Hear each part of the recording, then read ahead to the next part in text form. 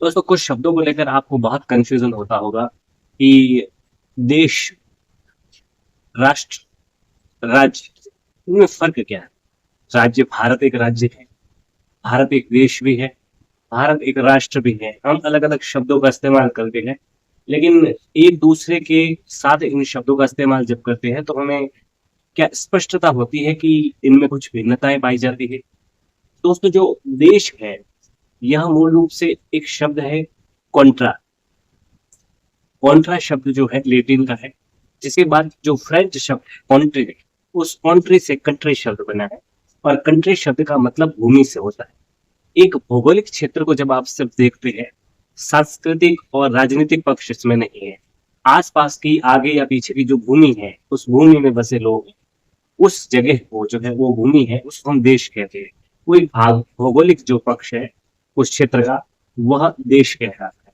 लेकिन जब एक भाषा, एक जाति, निर्जातीयता, एक प्रकार के रीति रिवाजों से बंधे हुए लोग, जब एक संस्कृति, एक साझा संस्कृति जो है उसको साथ में लेकर चलते हैं, तो वह एक राष्ट्र, राष्ट्र की जो संकल्पना है, वह जो जैसे कि रैनन कहते हैं कि इसमें नित्य सहमति जो है प्रकट की जाती है, प्लेबिसाइड चलता रहता है, इस सहमति पर आधारित होता है, जिसमें केवल जाति और भाषा ही महत्वपूर्ण नहीं होते, नित्य सहमति भी महत्वपूर्ण होती है।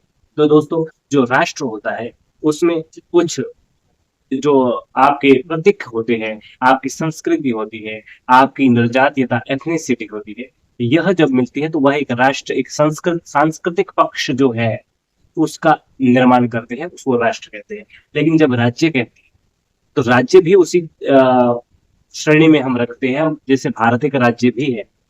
तो भारत जब राज्य है, तो राज्य अगर गार्नर के अनुसार देखें तो राज्य में चार विशेषताएं मुख्य रूप से होती है। एक तो होता है क्षेत्र, एक निश्चित क्षेत्र, उसके अंदर एक जनसंख्या, उसके बाद एक सरकार, और एक होता है कि उसमें संप्रभुता हो, किसी अन्य का हस्तक्षेप हो नहीं। जैसे दोस्तों नेशन का अर्थ जिस प्रकार से संस्कृति से लिया जाता है, जो कि लेटिन से आया है, उसी प्रकार एक शब्द स्टेटस है, और यह स्टेर से आया है। स्टेर का मतलब होता है स्थिर खड़ा होना, स्थिर होना। तो स्टेर से स्टेटस बना है, स्टेटस से स्टेट बना है।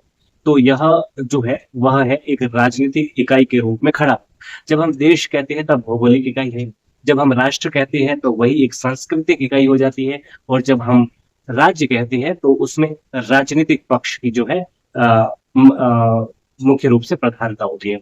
और जब हम राष्ट्र राज्य कहते हैं, तब एक राष्ट्र, एक एथनिसिटी, एक भाषा या एक संस्कृति के लोग, जिन्होंने एक सरकार, एक संप्रभु सरकार एक निश्चित भूभाग में स्थापित करके उसको स्थिर कर लिया है, तो वह राष्ट्र राज्य कहलाता है। तो इस प्रकार राज्य, देश, राष्ट्र, क्योंकि राज्य शब्द अपने आप में देश और राष्ट्र के समकक्ष है राजनीतिक रूप से। जबकि हम कई बार हमारे देश की जो इकाइयां हैं उनको भी राज्य कह दिया जाता है, लेकिन राजनीतिक जो राजनीति विषय है, उसके जब सिद्धांत पढ़ते हैं, जो राज्य की परिकल्पना है, उसमें ये नहीं आया। यह इस राजनीतिक इकाई जो बड़ी है उसकी, जैसे हम प्रोविंस या प्रांत शब्द यूज करते हैं, तो यह प्रांत है, उसकी इकाइयां है। भारत एक राज्य है, राजनीतिक इकाई है बड़ी, उसकी उसकी जो इकाइयां हैं, जैसे वह एक संघात्मक राज्य है भारत, तो वह उसकी कुछ इकाइयां हैं जिनको प्रोविंसेस पहले कहते थे, प्रांत कहते थे, उसको हम राज्य हिंदी में बोलते थे। तो इस प्रकार देश, राष्ट्र और राज्य, यह जो एक सामान्य सी जानकारी थी। नमस्कार।